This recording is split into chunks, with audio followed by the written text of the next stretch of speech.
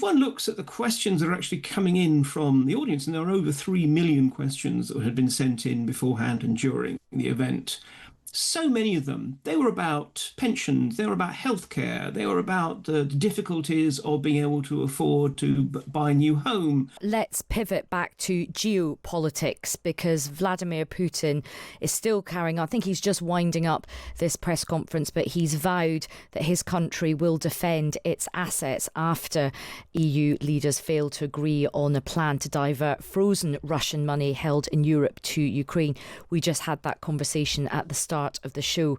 Now, the Russian president has been given his marathon end of year press conference in Moscow. He's been hard at it since 9 o'clock, and he's still going, taking questions from journalists and the public. I think it's fair to say it's probably not exactly going to be Frost Nixon, but anyway, it's a long old press conference. Now, he was asked if the proposals to divert frozen Russian money to Ukraine constituted theft. Stealing, this is when someone is doing it secretly and they are doing it openly. This is a robbery. Why they failed to implement this robbery? Because the consequences can be really harsh for the robbers. That's Vladimir Putin. He was speaking against the backdrop of a huge map of Russia, which includes parts of Ukraine's southeast, such as Crimea, which was illegally annexed by Russia back in 2014. Well, let's now speak to Russian expert Mark Galeotti, who has been watching it all. He's also the author of We Need to Talk About Putin, which has been revised and reissued. Mark, my goodness, so you've been glued to it, watching it all. Yes, I'm not entirely sure if glued to it is quite the right phrase for it. And there's that element of, that's 4.5 years.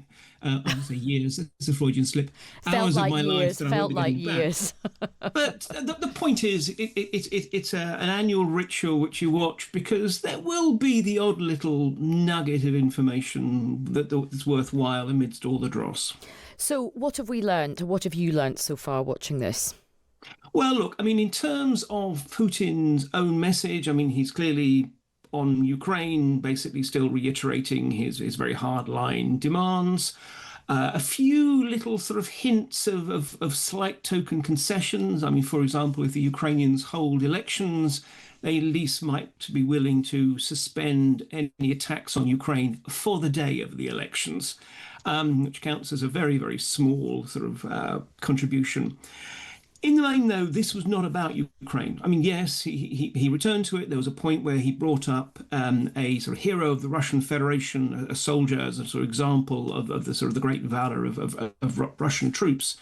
But if one looks at the questions that are actually coming in from the audience, and there are over 3 million questions that had been sent in beforehand and during the event, so many of them, they were about pensions, they were about healthcare, they were about the difficulties of being able to afford to buy a new home, all of these kind of bread and butter issues. So there's a real sense of a disconnect. Russian public are worried about those kind of issues. Putin wants to talk about glorious history and Russia's way forward. That is interesting. That is interesting that they're the sort of bread and butter domestic questions.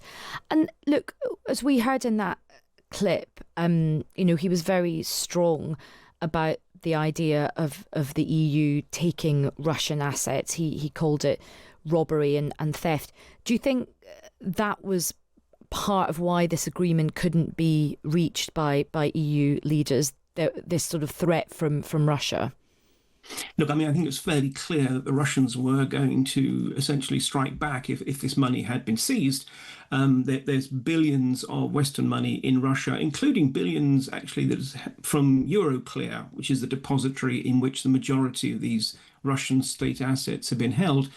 But also, the thing was they had already indicated that they would be turning to the courts in Russia, in Europe, but also in third-party countries to try and fight back by freezing and taking assets. And when it came down to it, Belgium's position was that it was going to be on the hook for the full amount if anything went wrong. It wanted its allies to be willing to essentially shoulder their own share of the burden. And when they essentially said, no, we want this lovely free money, but we're not willing to take on the risk, essentially that's when Belgium supported by several other countries, it's worth noting, dug in its heels and said, no, no, no, you're going to have to find another way of funding Ukraine. The other thing that seems to have come out from this press conference was him stating that it was ridiculous to think that Russia might invade or attack other European countries. He said that Western Europe's trying to paint Russia as a villain. And there is a real concern about Russian aggression. I mean, I've certainly spoken to fellow parliamentarians in the last week who have said, they are worried about Russia doing something against, Britain. What do you think about his comments?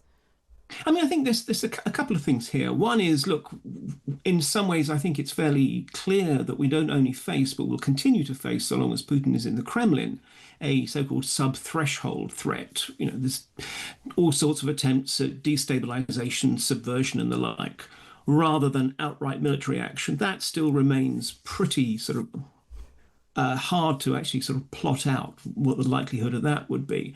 But there was one interesting line in his press conference. Essentially, Putin said, there will be no more special military operations, using his phrase for the invasion of Ukraine. Oh, yeah, of course, special military.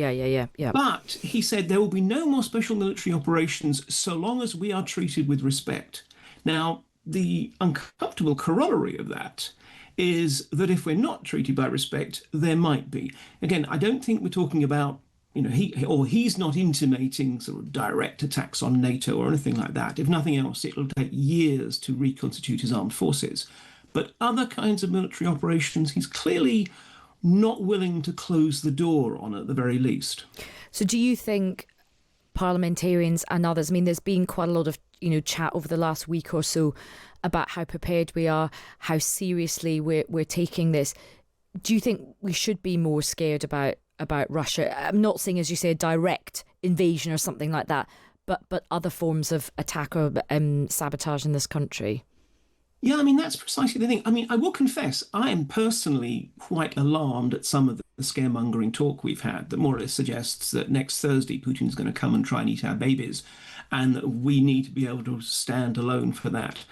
Firstly, because, as I said, I think it is scaremongering, and what we actually need is a serious, sober debate about the risks rather than just this kind of attempt at just sort of hyping it up. But secondly, yes, it is necessary for the West to rearm. There's no real question about that. But if we just focus on the military threat, we risk actually not looking at the ways in which we resist the non-military threat, which means things like spending enough on intelligence and counterintelligence, which are absolutely crucial, but also addressing issues like social cohesion.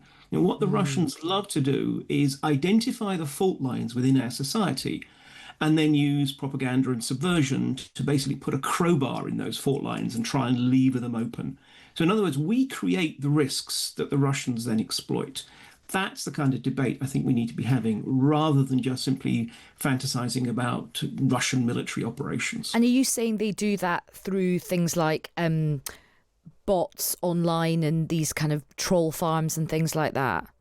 That's part of it. And obviously, it's one that we're sort of very aware of. But I mean, they will. Unfortunately, there are some morally bankrupt but highly imaginative people in Moscow who are working out strategies. They also do it with, well, as we've seen, corrupting parliamentarians and officials to present the right message. Like Nathan Gill, the reform. Precisely, yeah. Mr. Gill. But also, I mean, we've seen increasingly a tempo of sabotage operations, whether it's cyber attacks or actual physical ones, which seem to be being sort of designed to try and build up that sense in the West of a feeling that almost like the costs of this war to our day-to-day lives are just getting too big. Yeah. We're spending a hell of a lot of money on supporting Ukraine after all. If we also find that actually our day-to-day lives are being interfered with, if we are made much more aware that every pound or euro that is spent on supporting Ukraine is not being spent on our own public services or whatever, these are all potential wins for Russia because they're going to try and mobilize this to say, look, don't support Ukraine. It's not in your interests. That is such an interesting point there, and of course that's something which is quite difficult if you're trying to formulate government policy. There's a whole issue about disinformation and dealing with that, but that's very difficult to have a very clean policy on that. Is a very important point. And look, Mark, is it also the case? I've just seen that one young man in the studio used his question to Putin as an opportunity to propose to his girlfriend.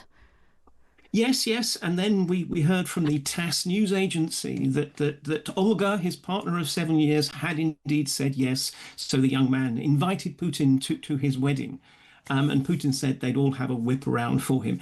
They always like to leaven what is, after all, again, 4.5 hours of Putin talking.